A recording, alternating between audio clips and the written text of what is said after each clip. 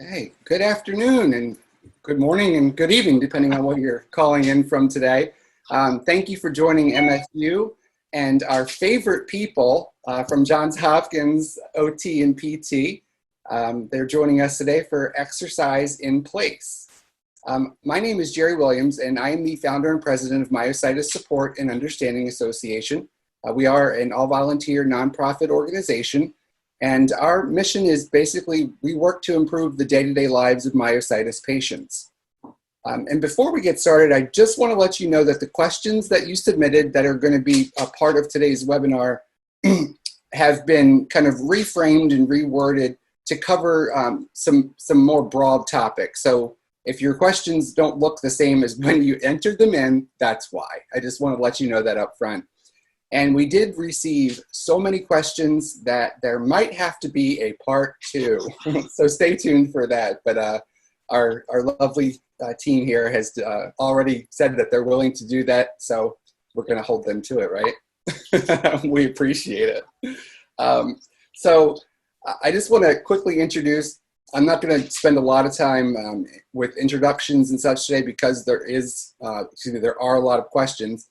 So I'm going to turn it over to our Vice President, Lynn Wilson, and she's going to talk to you just a little bit about Myositis Awareness Month and what we're doing, and then we'll jump to the questions. Hi, Lynn. Hello. Hi, Jerry. Hi, everybody. I just wanted to take a couple of minutes to talk about Myositis Awareness Month. Usually this is the biggest fundraiser for us, and making everyone more aware of what to live with myositis. But with the pandemic, when it came along, we decided that because of all the uncertainties, and especially the financial uncertainties that people were facing with the pandemic, that we would pivot our strategy in terms of what we would offer. And we are kind of doing our education, we're focusing on education support and financial assistance. And everything that we discussed today and in our education support is all around how do we navigate these stormy waters with being at risk with our autoimmune disease, and how do we deal with the issues of COVID. So, we're not in this, you're not in this alone. We're all in this because we're all patients with myositis, and we're trying to present to you the best education and support that we can. And we hope that you will stay with us on this journey because we're in it together. Jerry? Thanks, Lynn.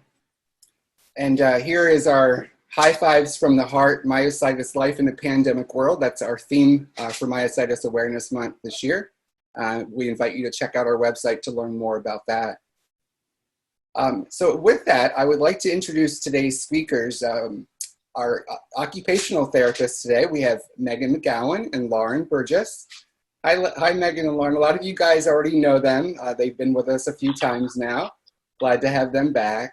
And from the physical therapy side, we have Mears, and we have Ruben Pagkatipunan Jr.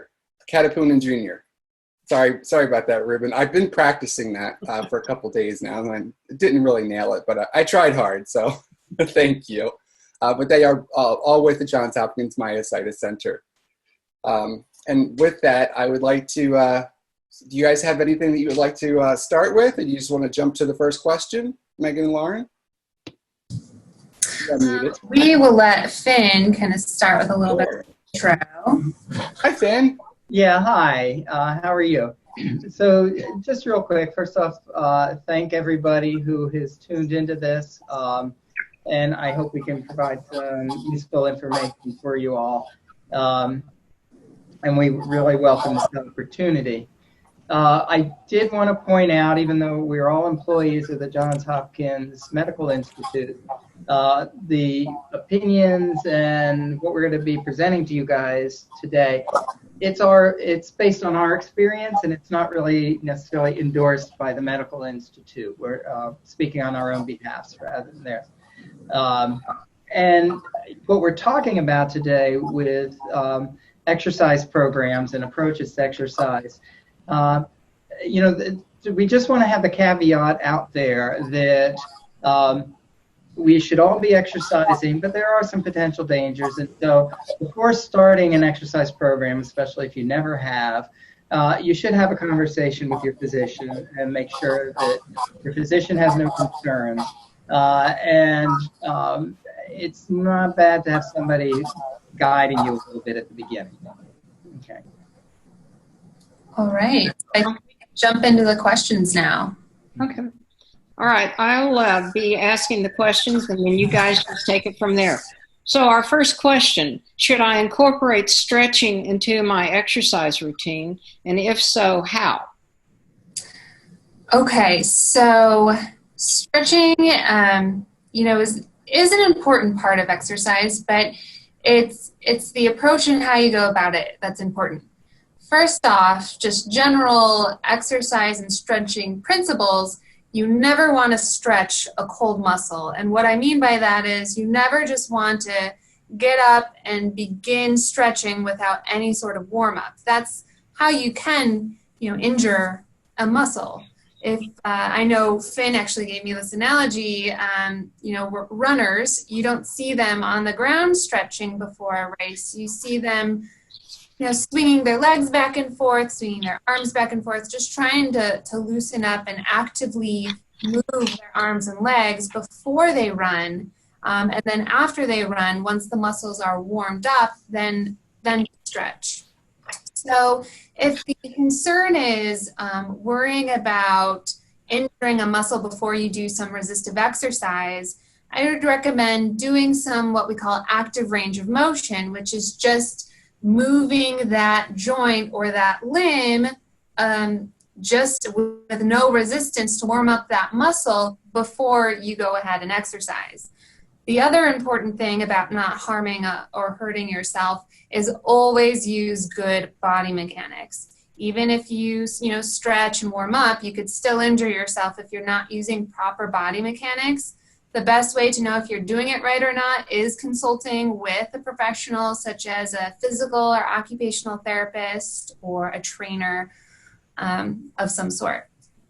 But the other part of stretching is if you don't have full range of motion of a particular joint. So for example, if you have inclusion body myositis and you notice in your hands you're not fully able to make a fist anymore, your fingers aren't able to bend like they are supposed to, we would recommend doing some stretching activities to loosen up those joints to prevent stiffness and pain from settling in, which we're going to talk about later in the session. The other thing to consider stretching would be when you're feeling particularly weak. For example, if you have like a poly or dermatomyositis and your shoulders are weak and you're not able to fully lift your arm all the way over your head like Lauren's doing, maybe you're only able to lift a little bit, you are not allowing your joint to move at full range. What can happen is that joint can get stiff, and we want to prevent that while you're working on improving the strength of that joint. And there's some ideas and ways you can stretch that. One, you can use, somebody who can help lift your arm, or whatever joint it is through the full range of motion. The other thing is to try to get rid of gravity for a minute. So when we lift our arm up this way, we have to work against gravity to do that, which is way more difficult. One of the ways you can eliminate gravity is actually laying down. Once you're in a laying down position, you can use gravity or the eliminated gravity to actually go that full range and stretch all the way over your head. You can even use a stick or a cane to help keep your arm still while you bring it all the way over your head, giving that joint a full stretch. Another example would be to use a table or the wall and a washcloth and use your body weight and body mechanics to help stretch that arm all the way through to, again, you might not be strong enough to lift that arm over your head, but we want to use something to help you stretch that joint. So in summary, so that's Lauren using the wall to help stretch her arm above her head if she didn't have the strength to actually lift it up against gravity. So in summary, stretching can be an incredibly important part of your exercise routine, and it's most important if you do not have full range of motion in that joint. So if you're not physically, like you don't have the strength to lift your arm all the way, or you're not able to close your fingers all the way, that's when you would want to incorporate that stretching piece. Finn and Ruben, do you have anything to add to that? I think for the stretching part, I would like to add something about for the IBM population. For IBM, especially if there's too weak in their quadricep, they're not able to fully extend their knee. So as a result, they end up getting some tightness in their hamstring muscles. So they're not able to fully extend their leg, which makes them more prone to buckling, in addition to the muscle weakness. So one way of stretching the hamstring is like, on your back and lifting your leg straight up and extending your knee, just to feel the stretch in the back of your leg, Mm-hmm. Just like what Lauren is demonstrating there. Yeah. And I think, again, the only thing I would like to add, I got that all wrong, is that, all we want is normal range of motion. So more is not necessarily better when it comes to stretching. And so you have to think about where you're missing range of motion. And to me, a lot of that is, if you think about, especially the more sedentary we get, everything up front gets tight. Our hips are always bent, our knees are always bent, our shoulders tend to be kind of rolled in, and we're hunched over, whether we're at computers or in recliners or anything like that. So it's just kind of important, and we'll talk about this a little bit more with lung health. It's our back half. We need to extend hips, shoulders, chests, everything, just to get that nice normal posture, which will help a lot. So. And I saw someone ask the question in the chat about using stretching straps. That might be really helpful, especially for that hamstring stretch. I know I actually use that. I don't have the ability to stretch without them. Yeah. All right. So I think we can go on to the next question. Okay, great. Thank you. How do I get started with exercise? First, you gotta have a good cup of motivation, right? So first, find that way to keep yourself accountable. I recommend actually telling somebody about it. Because if you tell somebody, they're more likely to ask you how it's going and to keep you accountable. The next thing I would recommend is keep a schedule.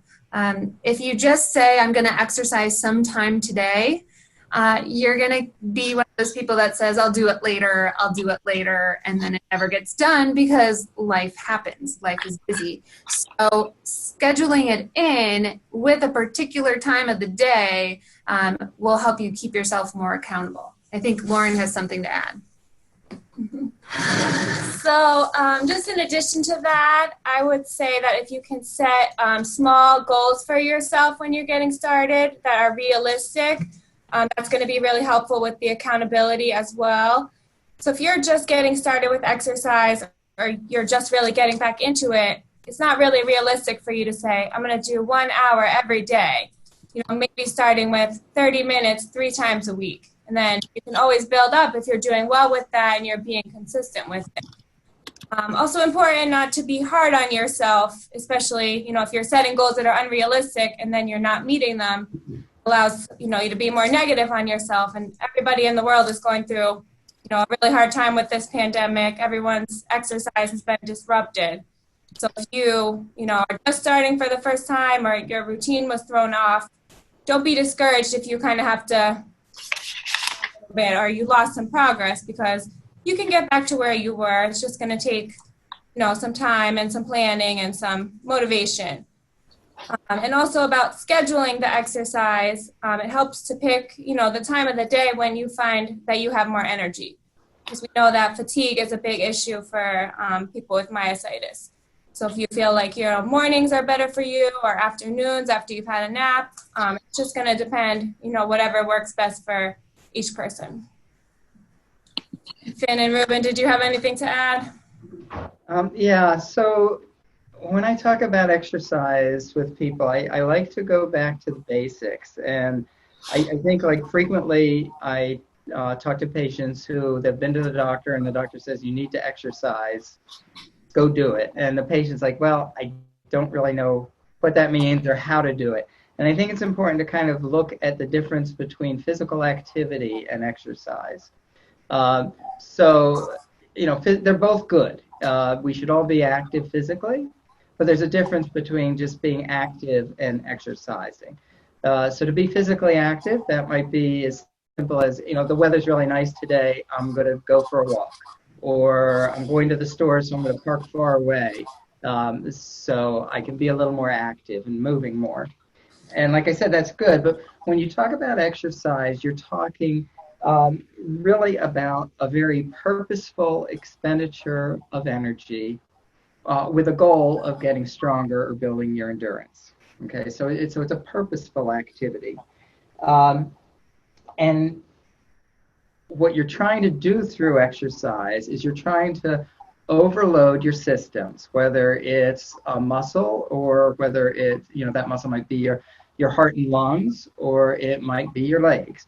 You're trying to overload the muscle will break down, and then as it recovers, it will recover stronger. So it's a process of overload and recovery. To approach an exercise program, there's a great anagram out there, the FIT, F-I-T-T, which I think everybody needs to keep in mind. And so that stands for frequency, intensity, time, and type. So when you're thinking about exercise, you have to think about the frequency. And that's like, well, how many days a week am I going to do that? Kind of to piggyback on what Lauren said, it can be as little as twice a week, or it can be as much as every day, depending on your status going into it, what kind of shape you are going into it. You want it to be at least twice a week, and quite honestly, 3 times a week. We see a huge difference with people when they add that third day in. It has a big impact. So that's the frequency. The intensity is how hard should I exercise? And some of that Ruben's going to talk about with a question coming up. But it boils down to how much weight should I be lifting if I'm lifting weights? How fast should I be walking if I'm walking? That's the intensity of what you're doing. The time, again, you have to make that commitment like Lauren talked about. Maybe it's going to be in the morning. It's like I'm going to set aside this time to do it or not. And then the type. And for the type, I think it's really important, and I think probably most of you are well aware with myositis, you want really 2 different types. You want both an aerobic component and you want a strengthening component, okay? And there can be a wide range of specific ways you're doing it, but you want to make sure that you're doing both of those things. We know we have weak muscles, and the resistance work can help with that, but it's also a systemic disease of inflammation, and it's been shown in study after study that aerobic work really helps mitigate that. So those should be the components that you're thinking of: frequency, intensity, time, and type. If you haven't exercised before, the recommendation is out there that we should all be doing at least a moderate level of exercise up to 150 minutes a week, okay? If I have somebody who's never done it before, I think it's still not a bad idea to set aside that much time, but it doesn't mean you have to be working that whole time, So if you're new to it, you can have a half hour you're going to do it, but you might only actually be doing it for 15 minutes, giving yourself plenty of breaks. Again, if somebody's never done it, I think a good idea is just to start out with something simple like range of motion. And how am I going to feel tomorrow if I spend 5 minutes doing this thing over and over again, right? I'm not going to start off doing half hour of it, but you put yourself through the works, you see how you recover the next day, because that's going to tell you, did you do too much, did you not do enough, etc. The same thing with an aerobic component. If you're going to go out there for a walk, Ruben will talk about perceived exertion, but you can say to yourself, I'm going to walk this hard for a few minutes, and then I'm going to take it easy, and then I'm going to again see tomorrow how I felt doing it that way. And that's, the only other thing I would remind people is you run into plenty of people who say, oh, well, I was a high school athlete, so I can just jump in and do what I did 30 years ago, and it won't be a problem. It's like, well, I'm getting older. It will be a problem. So, you have to keep in mind what's your current state, okay? And then you have to test the waters. So you start slow and easy. And you remember that what's important is how you feel on that recovery day. Okay. Question 3, we ready? Okay. What exercises can address hand weakness and stiffness? So we're going to see the majority of hand weakness and stiffness in the population with inclusion body myositis, but you also may experience hand weakness and stiffness from the other myositises as well. I'm going to focus on IBM for a minute. I just want to review how the hand weakness and stiffness, where it is and how it progresses. So if you look at your arm here, they say it's your distal finger flexors, okay? So we're thinking like, okay, this is where the weakness is. It's in these distal joints. But actually the muscle belly that does all of this is in your forearm. So this is right where the area where all your muscles seem to be affected here. So this is going to affect grip. It's also going to affect some wrist strength and also some strength of turning your arm. Typically, the progression of the weakness, it's going to start at the last joint of your tippy finger, this one right here, and it's going to progress down to this finger here, or this joint here. So what you'll first start to notice when, a therapist might say, go ahead and make a fist for me. Normally, a good fist is nice and curled like so, but someone with IBM, they may be only here, or they may only be here. And the reason I bring this up is because at the different stages of where or what joints are affected by IBM is which exercise you should be completing. So I'm going to throw it over to Lauren, who's going to go over some of those exercises you can be doing based off what state or stage your hand weakness is in. So like Megan said, the weakness, the actual muscle is in your forearm. So we are going to exercise the hands, but we want to make sure that we're exercising the forearm and the wrist as well. So for the wrist and the forearm exercises, if you have, a table, or you can even just rest your forearm on your knee. Can you see this okay? Okay. So for the forearm, we have you hold the weight like this, and then you're going to turn your palm down. That's called pronation. You're going to come back to the middle and flip your palm up, which is supination. So a lot of my patients, when I first show them this, they say, oh, this is so easy. And they just go really fast and use gravity to help them. But when I actually say, okay, slow down, do a 3 or 4 count on the way down, they say, oh, okay, I really feel it in the muscle. Because you don't want to let gravity do all the work. You want to go really slow and controlled so that your muscles are doing the work. For the wrist exercise, so the muscles that actually flex the fingers, they also flex the wrist. So we want to do that as an exercise as well. So same thing, have your forearm supported, and then you're going to go down and bring your wrist up in a curl. And you want to just try to go through the full motion as much as you can and keep your wrist straight. Okay, and then if a weight is too much and you're only getting here, you know, it's better to do without a weight and try to really control it and get through the full motion. And then if that gets too easy, you add a little bit of weight. Okay, and then for the hands, I have a few different things I'm going to show you. So I know this is everybody's favorite, the Theraputty. This comes in a lot of different resistance levels, which they're different colors. So you can order this online, you know, you can find it, it's called Theraputty, or, you know, there's different brands. But basically it's like kind of like a silly putty, but it's designed for hand strengthening, hand exercises. So it has this pretty good resistance. You can get ones, you know, that are very soft and easy to manipulate if your hands are weaker, and you can get ones that are pretty firm and give you a good challenge. So I'll just show like a couple simple exercises that we would give to our IBM patients a lot. There's actually, you know, just a ton of different Theraputty exercises you can do, but I'm going to just show you a few basic ones. So the first one would be called the gross grasp. So basically I'm just trying to make a fist around the putty. I'm just pushing my fingertips down in, trying to curl my fingers around the putty.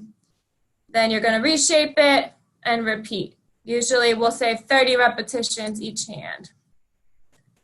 And then that is working the hand as a whole. We also want to work the fingers individually. So I kind of make it out into this shape, and then you can pinch with each finger. So your thumb and your index finger pinch. You go across, do 15 of those, and then go back and do each finger individually, so that we're isolating each of those distal finger flexors. And then I'll just show you one exercise for the thumb. So you're going to take the tip of your thumb and press it down into your palm, but it's going to go through the putty so that you get some resistance. Okay. And if you don't have putty, other things that, you know, can work for these, like a stress ball. Some people, you know, if they don't have that, like squeezing a washcloth or pinching, you know, the edge of a pillow. I've had people say they pinch the edge of their couch because it's a firm surface. So if you be creative, you can find household items that, you know, you can do these same motions even if you don't have the putty. And then there's also a lot of different types of hand exercisers that you can find online. You know, this one you can kind of do, it has rubber bands of different levels of resistance. So you're kind of doing that gross grasp. If it gets to the point where it's too hard because your fingers don't bend, you can do it with more of straight fingers, because that is what's kind of preserved in IBM after the weakness progresses and the fingers lose the ability to bend. So, you know, some people, they're kind of doing this motion because they can't do it with the bent fingers. So there's different modifications you can do for all of these exercises so that you're able to do it and you're getting some benefit from it without getting so frustrated that, you know, you just can't actually do the motion. Just another example of a hand exerciser like this, where you can do each finger individually or you can do them together. There's a lot of different varieties of things like this. Not saying that one is better than all the others. Sometimes it's good to try a few different things and then you have a variety of different things you can do for your hands. We also do recommend, you know, doing some fine motor type exercises where you're really practicing picking up small objects and manipulating them in your hands. So if it's like a pegboard, you're practicing picking up the pegs and transferring them. If you're playing any game where you have to manipulate small pieces. I have some people say they do, you know, a lot of household projects or things where they're having to use tools or manipulate small items. So all of that is using those small muscles in your hands and requiring the fine motor coordination.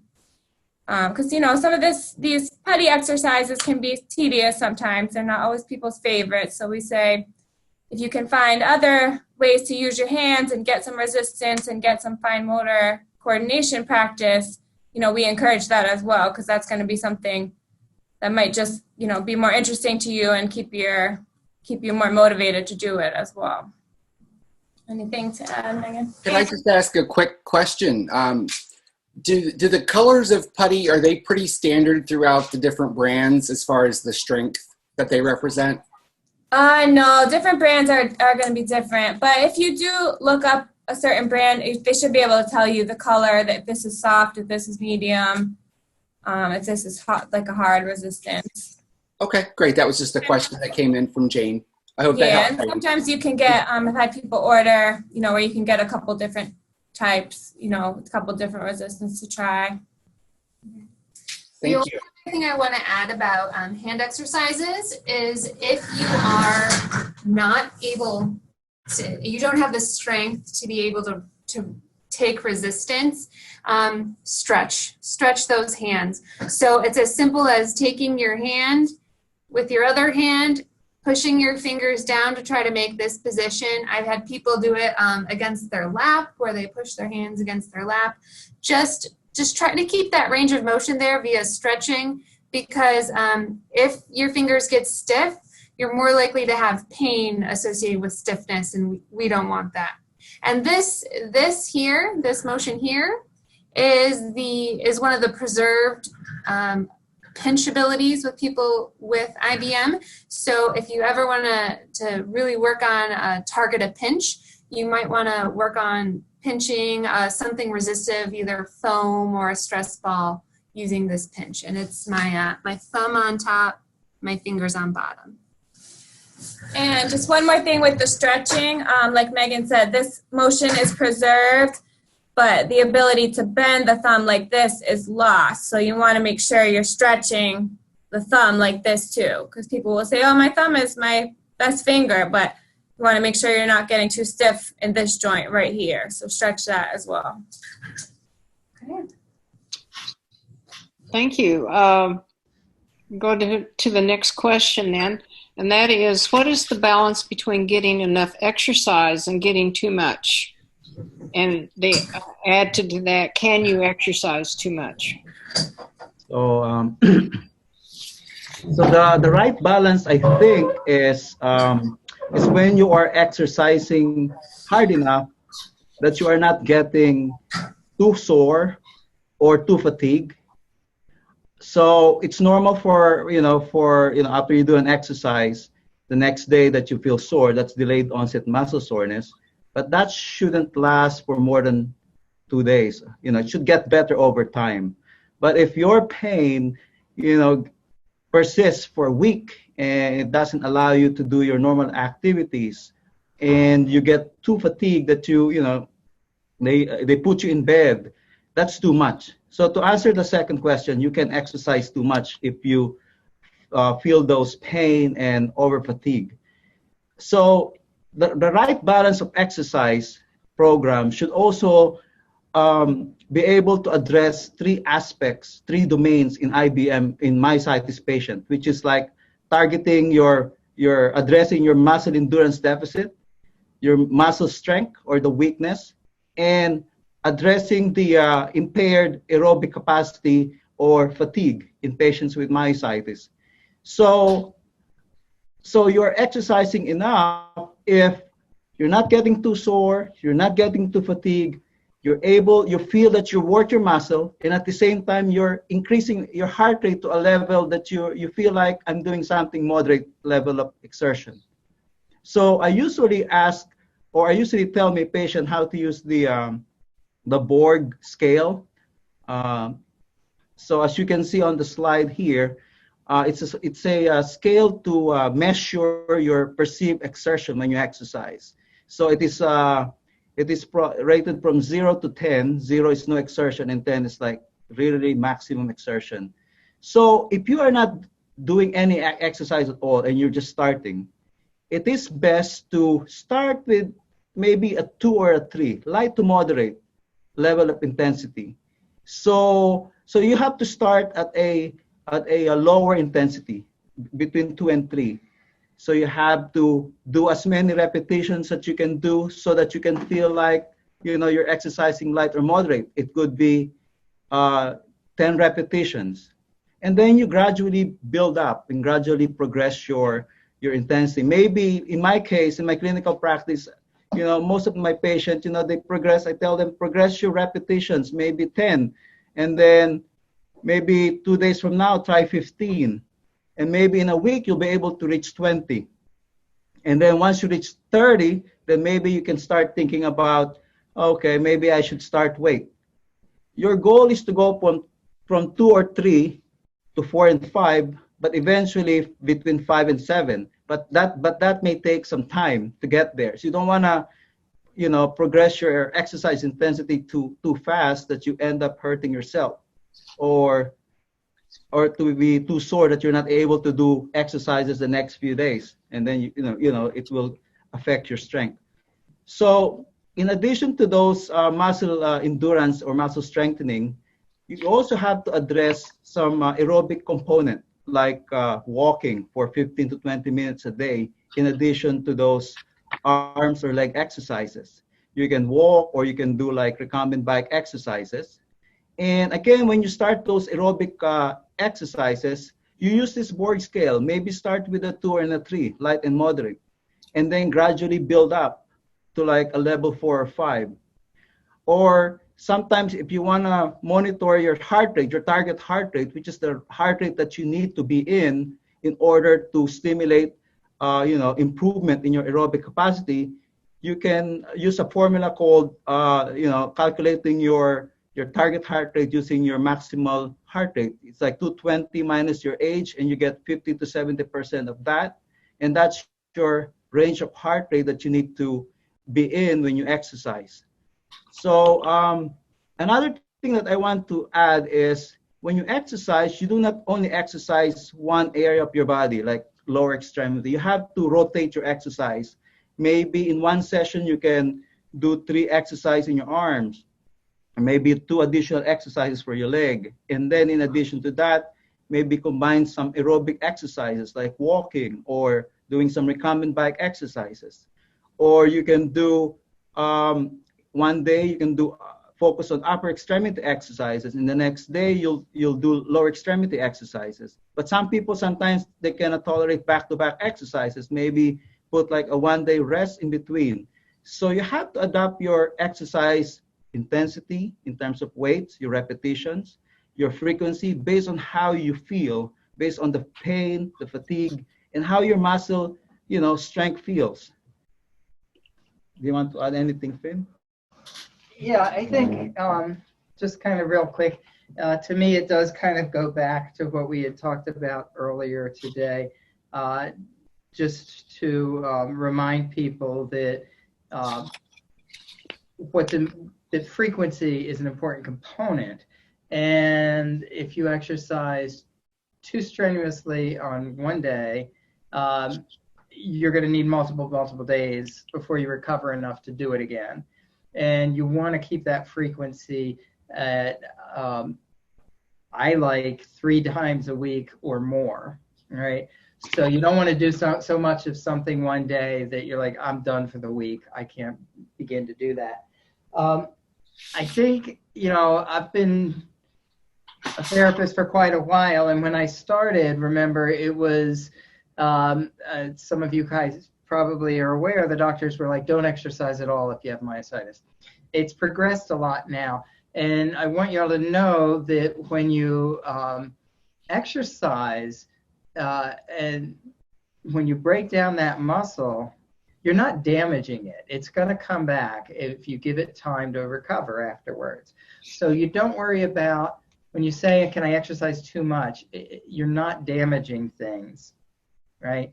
But what you do have to keep in mind, if let's just say you have inclusion body myositis and you hop on a stationary bike and you pedal at a high resistance for 15 minutes, when you get off of that bike, your thighs might not want to hold you up nearly as well as when you started. So there is a safety component. When that happens, you haven't done long-term damage to the muscle, but you do want to be aware that, that you want to be safe. Okay, so that's all I would want to add to that. One thing that I want to add is now I learned this from mainly from my IBM patients. After they do the exercise, they usually just get up and start walking. And most of them, end up falling from their knee buckling because their muscles are still tired and fatigued from the exercise. So I always, educate them. Once you do your regular workout, it takes some time to rest, for maybe half an hour or so, just to allow your muscle to recuperate, to recover. And then when you get up, just make sure you're safe, you're using your cane or walker, and just, take it easy after that. But because most falls that I get from my patient when they come back for their reassessment say, oh, I fell. When do you fall? After I did my exercises, or after taking some long walks, I rested and then I got up so quick and then my legs buckle, or I trip on my foot. So because, the muscles are fatigued, you just have to allow them to rest and, to allow them to recover. Okay. We'll go on. Thank you. And just real quick, Megan and Lauren, the hand exercises that you were showing just a bit ago, how often should somebody be doing those with IBM? So it's also kind of going off what Finn and Ruben said. You have to, self-monitor and look at, how much intensity you're going to do.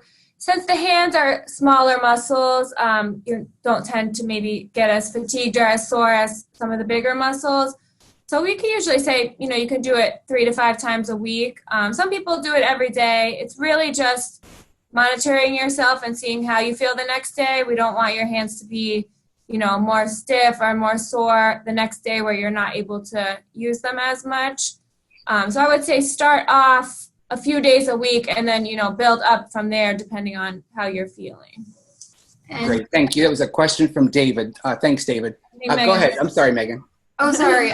Just one thing we've noticed, just from our practice of working with folks with IBM, those who use their hands a lot, either it's their profession or they have a hobby of playing musical instruments, what we've seen is that it's helped them out a lot with slowing down that progression of the disease. So if you can do something pretty regularly where you're working your hands, based off what we have observed, I think it could really help you. Great, thank you. Okay. Next question is, what level of exercise is suggested during a flare? So, so I guess this question pertains, like before, the more applicable for patients with PM and DM who experiences flares.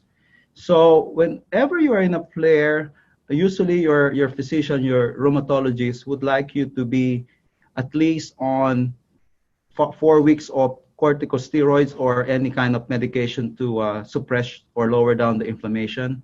So you may want to ask your physician to clear you first before you start exercising during a flare. And we also suggest that before you start, see your physical therapist so that they can establish a baseline strength and function and they can guide you to safely progress from that baseline. So normally if I see patients on flares, usually in a hospital or when they come for a reassessment, you have to lower down your exercise intensity. So if your exercise status before the flare is that you're using weights, you may want to step down to lower intensity, lower weights that you can tolerate without pain or over fatigue, or maybe just using no weights at all. So I have a sample exercise on the next slide. This is an exercises that Helene Alexanderson recommend for patients who are recently diagnosed with PM or DM, usually at least like 6 months from the time of diagnosis, and who are in a flare, PM or DM, or who haven't exercised for a while. So these are gentle exercises. So as you can see in these exercises, there's a warm-up component, the step-ups, but that may not be applicable for some patients who are in flares because their knees are still too weak.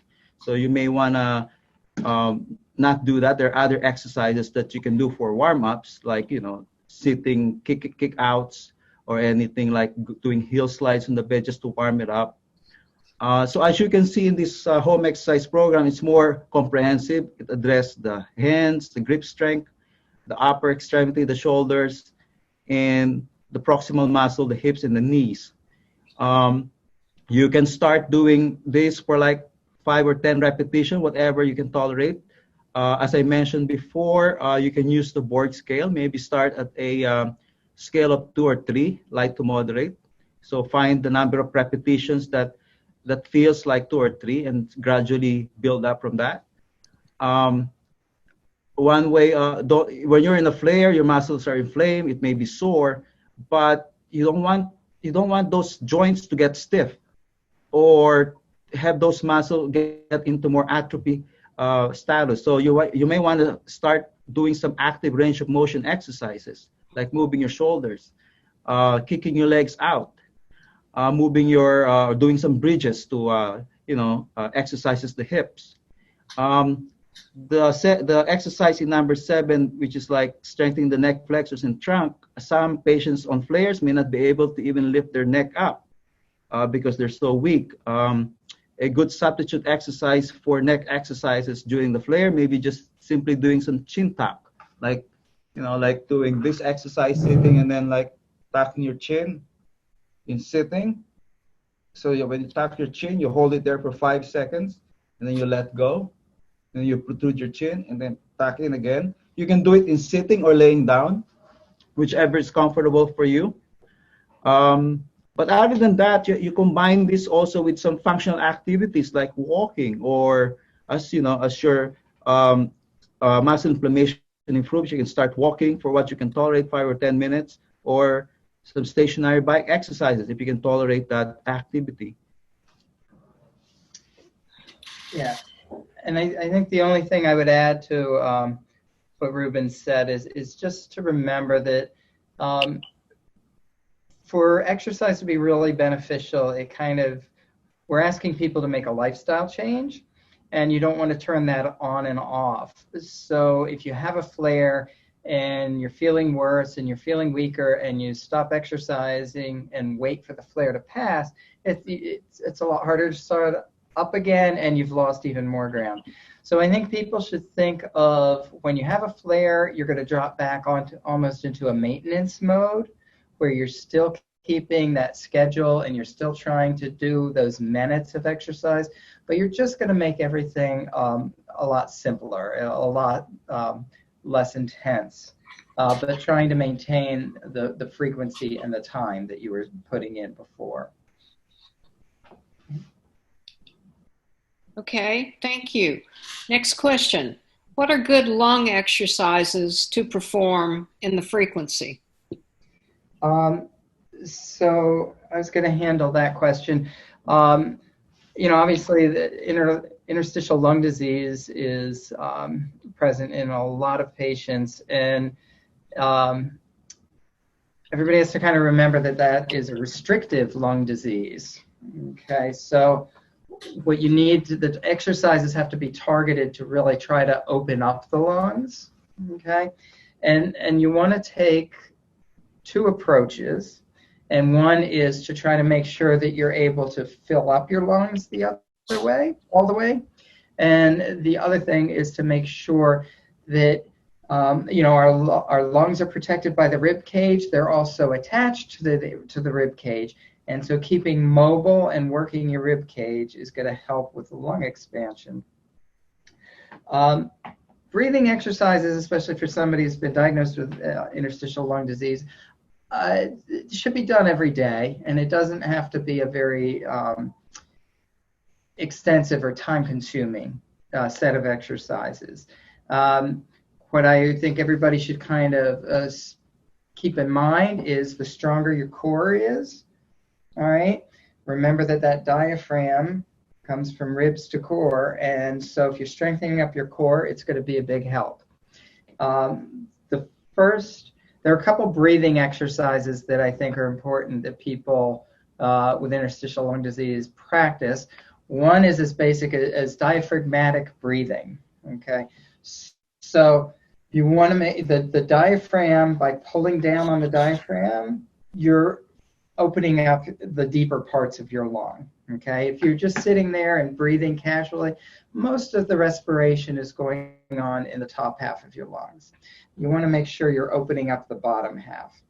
And to do a nice deep breath, you want to put one hand up on just below your neck on your chest, and the other hand on your belly, right over your belly button. And as you do your inhalation, you want to make sure that that hand that's on your belly button is coming out. You're making your belly look fat without the hand on your chest moving forward, okay? So the breath is starting down deep, okay? I hope that makes sense to everybody. So it's very helpful showing it. Thank you. It's a deep breath, and we use a lot of time the numbers 4, 6, and 8. They're easy ones to remember. You're going to inhale for a count of 4. So 1, 2, 3, 4 as you make your belly come out. And then the 6 is how long you're going to hold it, because you just want to hold it for a few seconds to really let those alveoli, those little air sacs, diffuse oxygen across the border. And then the 8 is how long you're going to spend exhaling. And you want to exhale against resistance. And you do that by pursing your lips, like you're blowing out a candle. So inhale for a count of 4. Make sure that that belly's sticking out. It's permission to look fat for a few seconds. Hold for a count of 6, and then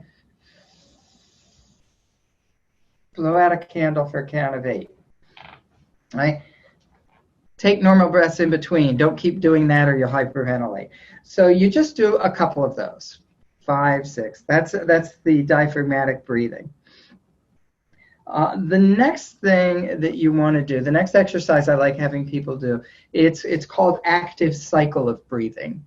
And we're not so much worried about the diaphragm with this one. But what we do is we start off with 6 normal, relaxed breaths, okay? So you want to have good posture, because when you're slouched and hunched over, you're not using your lungs nearly as well. So you do want to sit up, but be comfortable. This should almost be like a very calming 6 breaths where you're breathing in, and then you're just exhaling through pursed lips. But it's not huge breaths. It's just a normal size.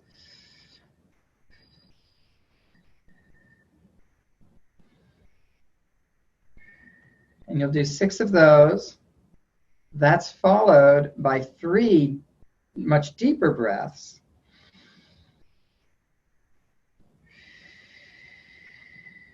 Again, not worrying so much about the diaphragm, but making it consciously a deeper breath. So 6 normal breaths, 3 deeper breaths. And then that is followed by what we call a huff cough. And a huff cough is, the easiest way of thinking about huffing is probably everybody has gone up to a mirror and they've wanted to fog up the mirror. So they don't blow on the mirror. They don't do that, but they open up their airways, they open up their mouth, and they exhale. And it'll fog up a screen, right?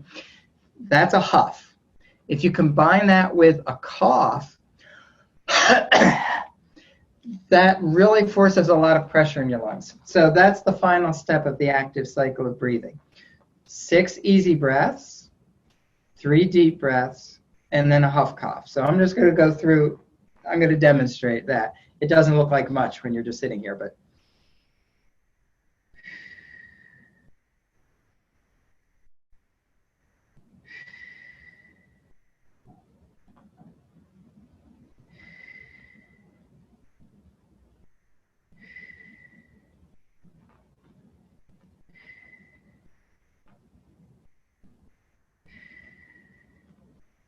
And then 3 deeper ones.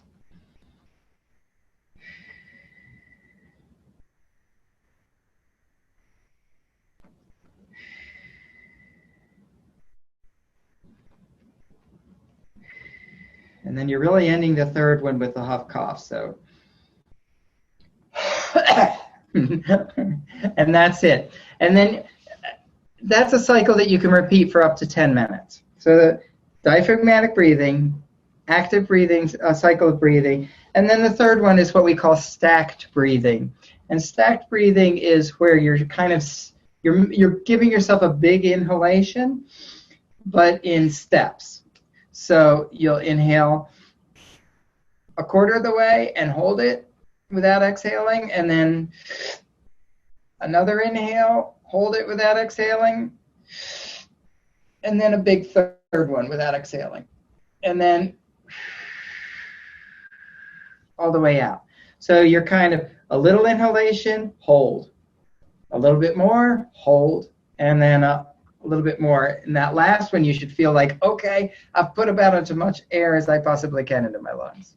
Okay, so those three are three nice exercises to make sure that you're really opening up your lungs and you're allowing the oxygenation to occur, not just up in the top half, but into the bottom half of your lungs. Then you also kind of want to think about that whole chest wall and making sure that you're using your whole lungs. And for that, it's just really easy to kind of coordinate your breathing with some upper extremity motions. And the easiest one is to kind of just, as you inhale, you want to bring your arms up and out. Okay, so the whole time you're lifting your arms up and out, you're inhaling. And the exhale comes with the arms coming back down. So inhale is chest expansion, and then bringing it back down with an exhale.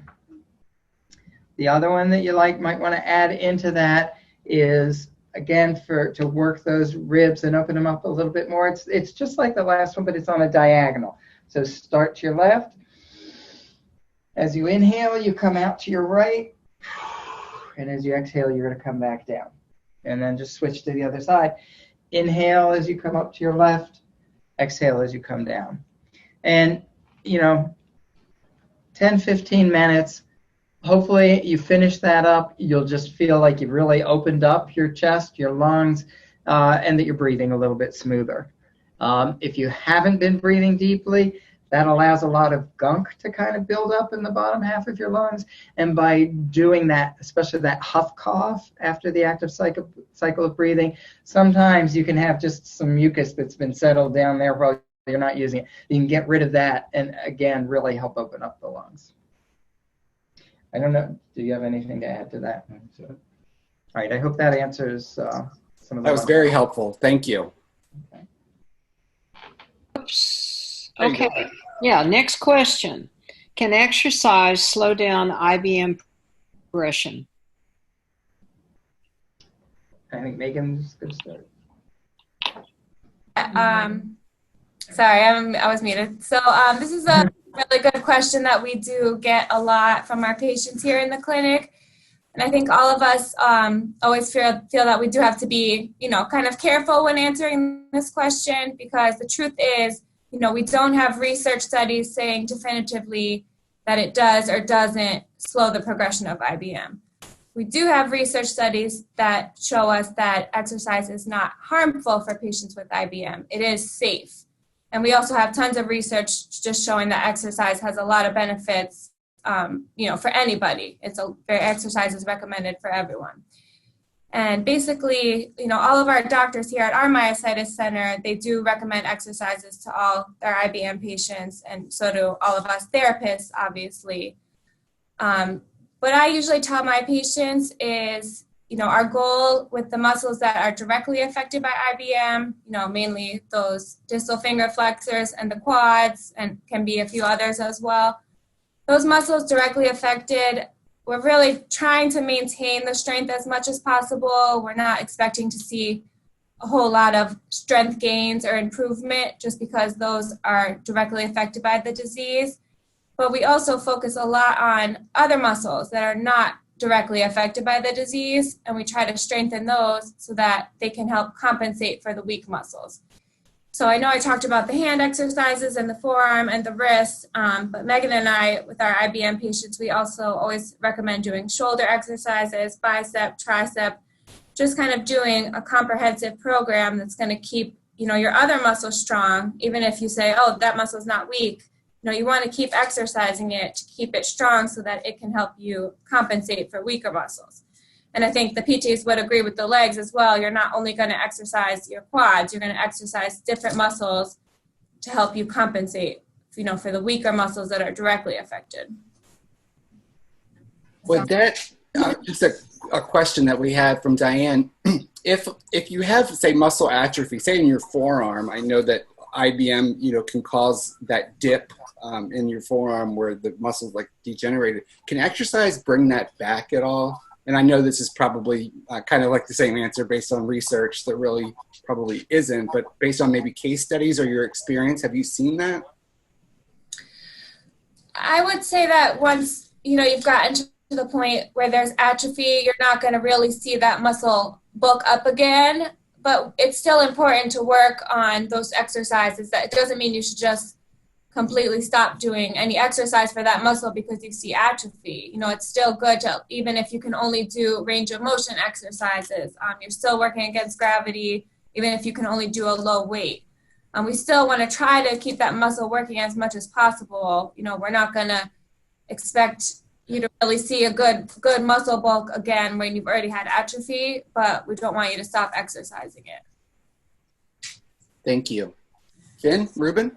Yep. Yeah. Go ahead. So there have been some very interesting studies going on recently that I've looked at where they have the rat studies where they induce sporadic inclusion body myositis on the rats through injections of chloroquine and heavy doses close together. And when you take a cohort of controlled rats and chloroquine-induced IBM rats and make them exercise afterwards, you do see that some of the IBM rats do not exercise and others do.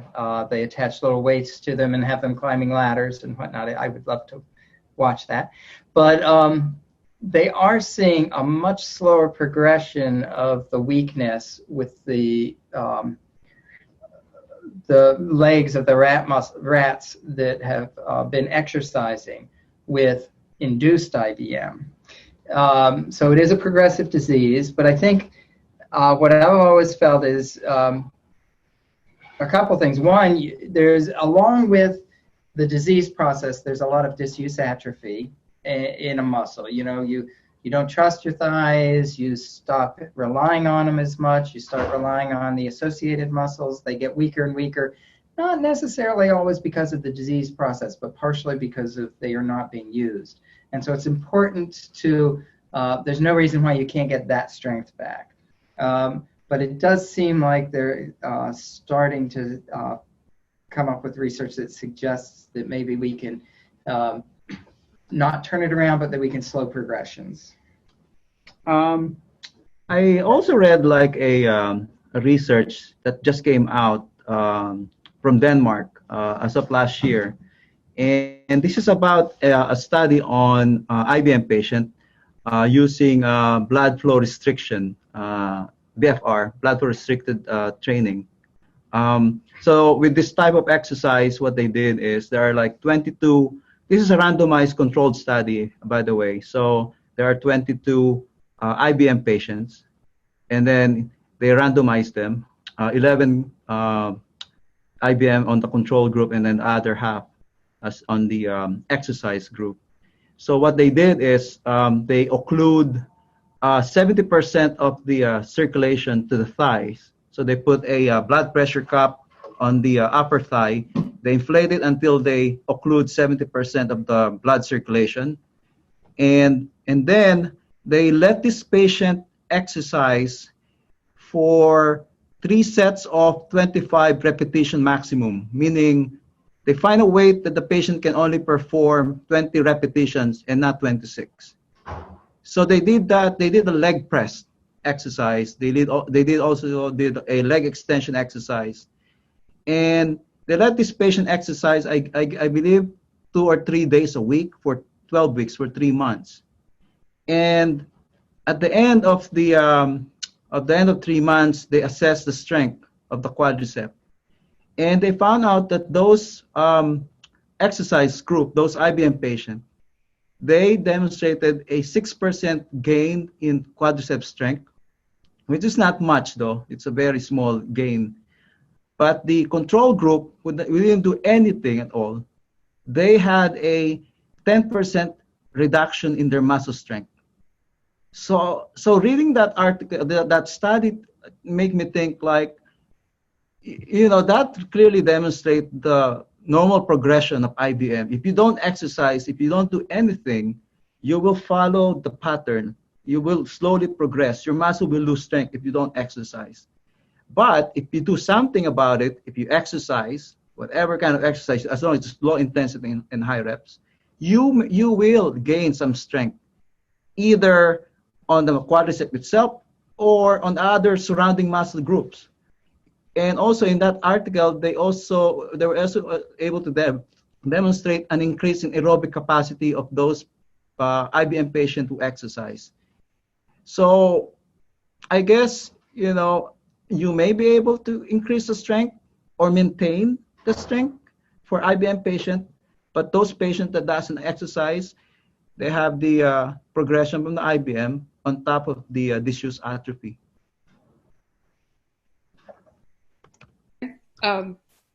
Thank you. Next question.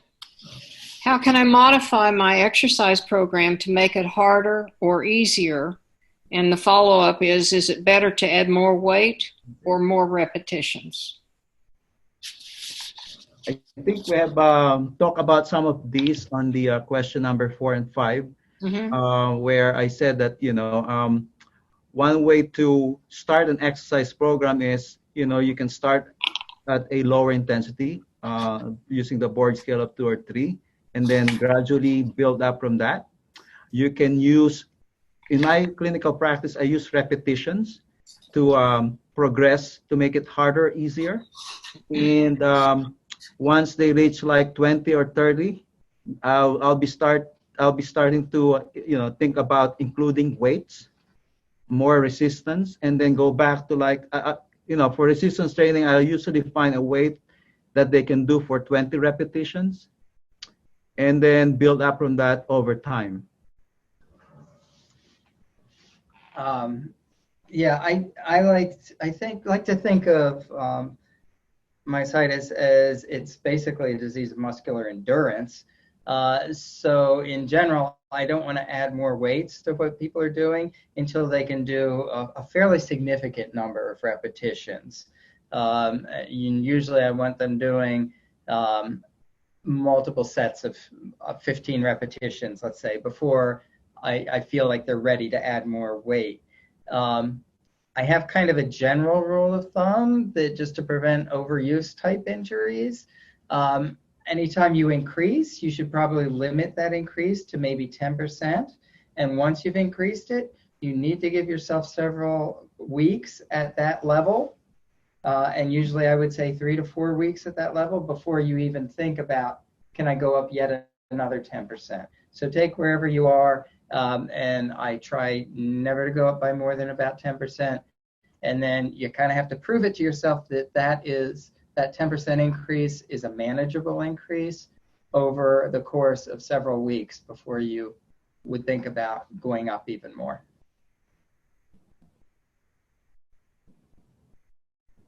Okay. Next question then. This is asked a lot. Are there any benefits, to taking creatine? Well. Well. So there's first off, I would say there's no benefit at all unless you're actively exercising. If you just take creatine and say, now am I going to get any stronger? The answer is no. You have to be exercising when you're using it, if you choose to use it. I would, like to point out it is a naturally occurring protein, and that it is something that both the body makes and that it also ingests through meat and fish. But typically with patients with myositis, they have lower levels of naturally occurring creatine. There are a lot of studies out there. There's certainly a lot of studies with healthy individuals that if you combine creatine intake with exercise, as opposed to a similar group doing exercise only, that there is a little bit of a benefit in terms of just increased strength. Creatine is useful in energy production, and it's useful in kind of explosive energy production, right? So somebody who's interested in lifting weights is going to get a bigger bang for their buck than maybe somebody who's interested in running distances or doing anything like that. There have been a few studies specifically looking at myositis and creatine use. There's in 2007, there was a double-blind randomized study that looked at creatine use over 6 months. And it showed some kind of moderate but significant improvements with the group that did take the creatine along with the exercise. My only caveat with that study is they don't really tell you what the exercise was that either group was doing. So they say, you know, they did the same thing, but I'm not sure what they did when they were exercising. There was also a study, a similar type study with juvenile dermatomyositis that showed some improvements. I think one thing everybody needs to kind of be aware of is that if you start creatine use, it can be tough on the kidneys. And so people with any kind of underlying kidney disease should not start that and should certainly be talking to their physician. And I think anybody, you know, a lot of us, especially as we get on in the decades, we might have an underlying condition that we're just not aware of. So I would highly recommend people running that by their physician before they would start the creatine use. Most programs that look at it start with kind of a loading week where you do, you know, maybe 8 milligrams a day, followed by a maintenance period where you're taking maybe 3 milligrams a day for up to a month or a couple months. And then there's a break from it where you're continuing to exercise but not taking it. So certainly don't do it without talking to a physician because you don't want to have kidney problems. Don't think that you can just do it and skip the exercise. You need to be exercising if you are using it.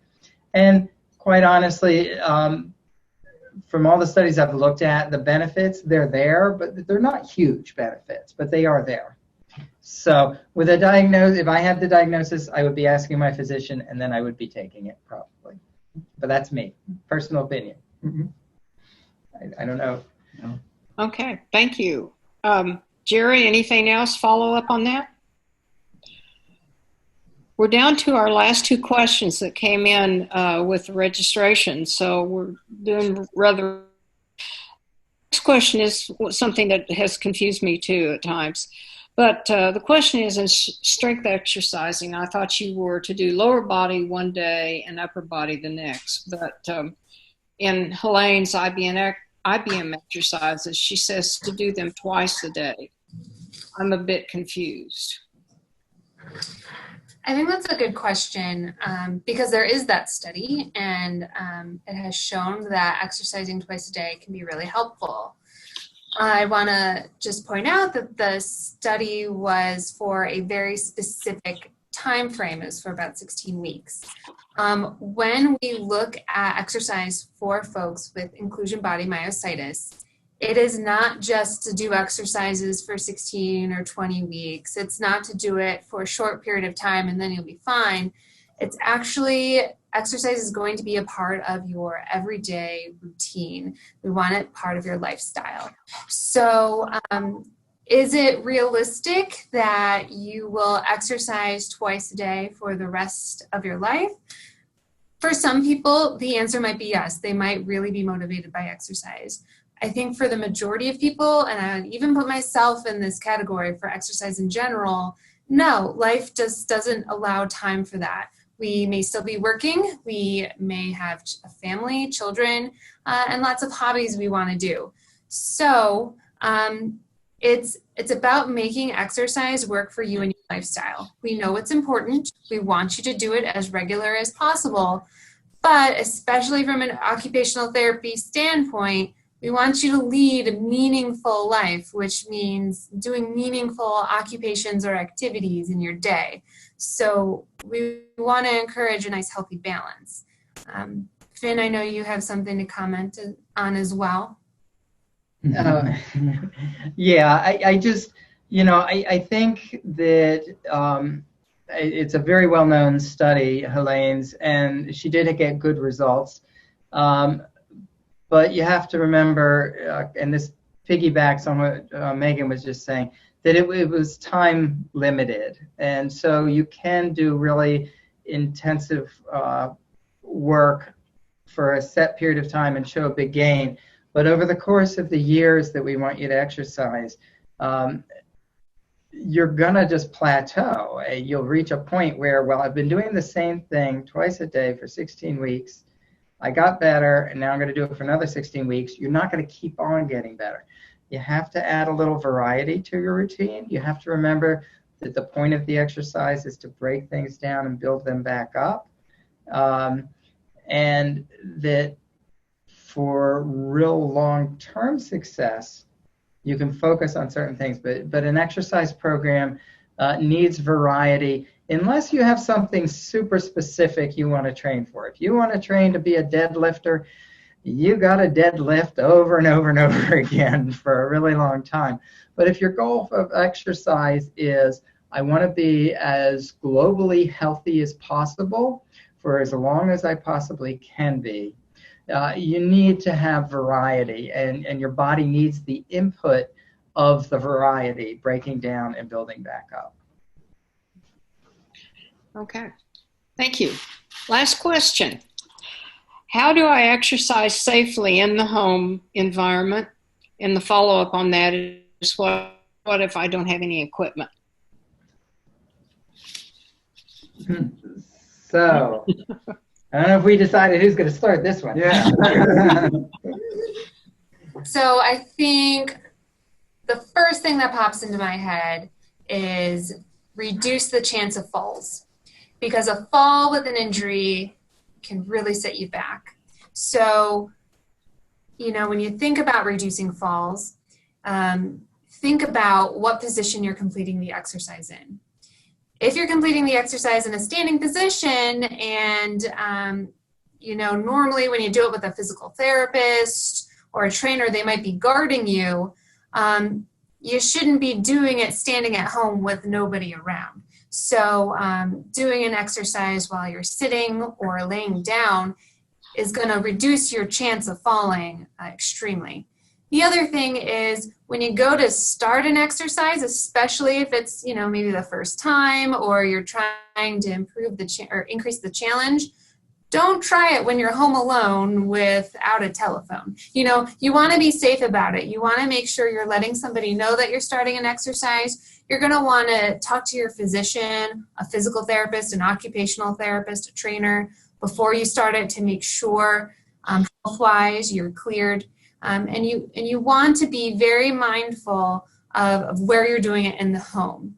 You don't want to be doing it, next to a staircase or on uneven ground or in the grass. You want to be doing it on a nice level surface, maybe on a bed or in a chair. Just anything you can do to reduce that chance of falling. Oh, yeah. Okay, so I agree with everything that Megan said. I would say a couple things. One,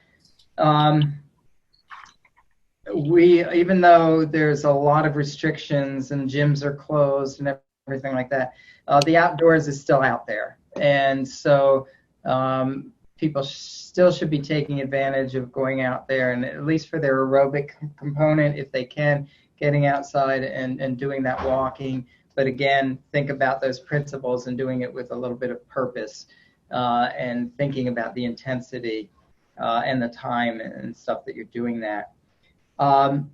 In terms of inside the house, the first thing that I would always remind people of is when they say, how do you do it without any equipment? You always have equipment to exercise because, you know, like I weigh about 140 pounds. So I have 140 pounds of weight that I can move or some fraction thereof. So even if you don't have a weight set or something like that, you do have your own body that you can use to try to turn it into an exercise tool. And we have a few examples of some things that we're going to do. You know, I don't endorse any products, and none of us do, and we certainly get no financial gains from anything that we're bringing up. But I have a lot of patients that I like having them use the stretchy bands, like the TheraBands, and with just a stretch band, there's an incredible amount of exercise that you can do within the home. They're available in any kind of Walmart, Target, any kind of store like that. So let me just grab that real quick. While he's doing that, we have a question. Do you think that those that are, you know, currently with the stay-at-home social distancing stuff, and you're not able to get to a gym or a therapist right now, would you suggest that people purchase some of these items to have? So if possible, if you can get things like, you know, small hand weights or the TheraPutty or any of the hand exercisers or some of the TheraBand, you may have varied success in finding them online just because of, you know, people went and bought all that stuff as soon as, you know, the lockdown happened, and also because shipping times are delayed and there's issues with that. So if, you know, you can find that stuff, it's good to have, but there's also a lot of things you can do, you know, without equipment or just using household items. You know, even just using like a can of beans or a water bottle or even, you know, a laundry detergent bottle. You can use a lot of different things as a weight that you can find around your house. And same thing, like I said, for the hands, you know, just squeezing a washcloth or squeezing a pillow or just anything where you can get a little resistance. You know, right now it's still better than nothing, even if you don't have all the exact equipment that you might need, you know, when it's available to you. Great, thank you, and thanks for the question, Caitlin. Yeah, so and kind of keeping right along with what Lauren was just saying, I'm just going to come over by here. I mean, you think about a real simple exercise like a push-up, okay? And so you don't need any equipment to get down on the ground and do a push-up. But not everybody can do a push-up. But you can start on the most basic, just doing them standing up, finding a wall, leaning into the wall, pushing yourself back up. It's a push-up with gravity eliminated and with most of your body weight eliminated. You can take it over and do a side push-up. I'm going to show something. Okay. If you're strong enough, you can do a regular push-up on the ground. But if you're close but not quite strong enough, well, you get on all fours and you do a modified push-up and that kind of thing. So there are a lot of ways of using your body like that. And you can also do some wall squats. I don't know if they can see my. You know, stand against the wall, separate your leg, and just go. Don't go too far down, but you can get up and just go up. If you want to use some weights, you can move your arms up and then down. And, you know, again, when you're doing one of those things, to me, I always would like a patient to do that by a countertop or something, that if they feel like they've gone down a little too far, they can grab onto something and help themselves back up or not. Heel raises, same thing, up against the wall, but up on those toes, back down. It's a simple thing, but it's actually incredibly important to have strong ankles to help prevent falls. This one. And the same thing, if you Same can thing see. with toe raises. You can stand against the wall and move your toes up, and you can hold it for like 5 seconds, and then put it back down, and do like 10 reps, 10, 15 reps. Yeah, kind of along the same lines, if you're still thinking about getting those strong ankles and hips, if you're up against a wall and you have just a ball somewhere in the house, and as I move the ball along with my left leg, my right leg, both my hip is working and my ankle is working hard on this side to kind of keep you together. So there are a lot of little sit to stand. little things along those lines. Oop. Ruben has another one here. Chair push-ups too. Yeah. So you can do like chair push-ups too. So you just push up until your buttocks or your bottom is clear the chair. You can hold it there for 5 seconds, and then slowly come down. Some push-ups, and then down. So maybe 10 reps of that. And then you can add the sit to stand. You can use your arms to push up, or putting your arms across and just using your legs to get up. Yeah.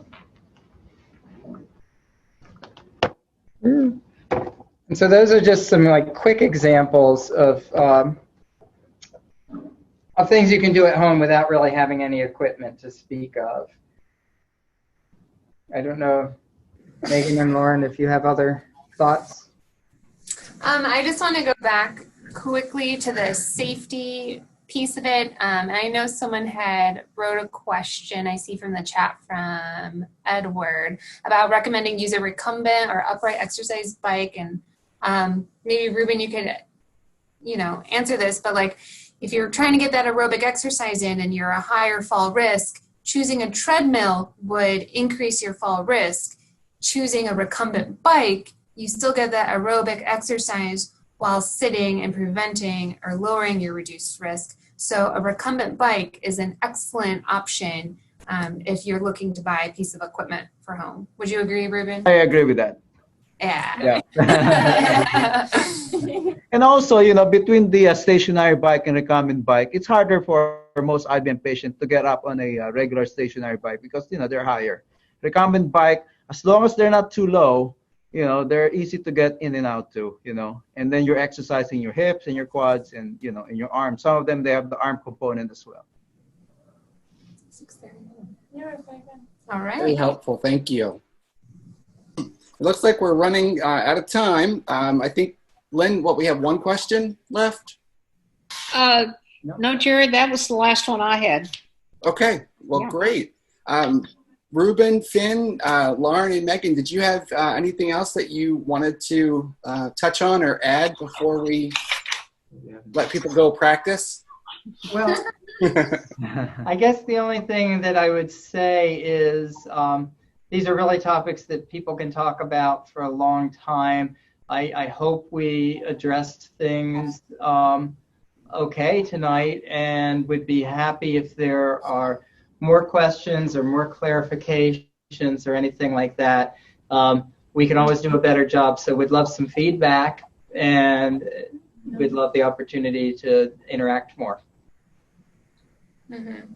And, with this pandemic, we haven't really been able to see a lot of people in person. So if we know any of you, we miss you. And we have really enjoyed being able to talk shop and talk myositis because I appreciate working with all of you. Great. Thank you so much. And we appreciate you guys joining us, taking time out of your day and staying extra time. We certainly appreciate it. And the demonstrations, I know, are going to be very helpful. But we will get all of the questions that weren't answered. If you submitted a question during registration, or if you submitted one during the Q&A today, we will copy and save all of those, and we will get back in touch with the PTOT team here, and we'll decide how to go forward with those. And Megan and Lauren, they're joining us every 3 months for these myositis life sessions, and when PT is a part of that. We have Finn and Ruben joining us, and it's just so great to have you guys. So we really can't thank you enough. Lynn, Yes. would you like to share our upcoming Oh, yes. events? Okay, yes, I would. Thank you. Coming up tomorrow at 3 p.m. Eastern Time, we have Dr. Agarwal, who's going to talk about managing myositis patient care during the COVID pandemic. That'll be exciting. If you want, please, if you have questions, if you've registered or you are going to register, make sure you get your questions in for Dr. Agarwal. On Tuesday, we've got May the 19th, a patient advocate and a caregiver who's going to talk about 5 stories from the heart of caregiving as we try to navigate the treacherous waters of being caregivers in a time of pandemic. And then on Tuesday, May the 26th, it's my turn. We're going to partner with CSI and talk about becoming a plasma donor hero. So look forward to that. That's at 7 p.m. on May 26th. So we will keep you informed, and we'll be sending you information about signing up and alert you to these when they come about. Great, thank you so And much. the last slide there that Jerry's put up is, and this will be part of the recorded session, or how you want to, if you want to contact or connect with MSU, there's our website. There's our patient and caregiver experience site, Myositis Life, and you can always email us at info@understandingmyositis.com. And of course, most of you know Jerry and I. You can always just send us a PM, send us a message. And it's understandingmyositis.org, not .com. I know it's easy to say .com, but we're not important enough for a .com, are we? no. Most people aren't important enough for a .org. Oh, you're right. All right, guys. Everybody have a wonderful evening. And again, register for those sessions, get involved in our Awareness Month activities, and we look forward to seeing more of you. Everybody have a wonderful evening. Thank you.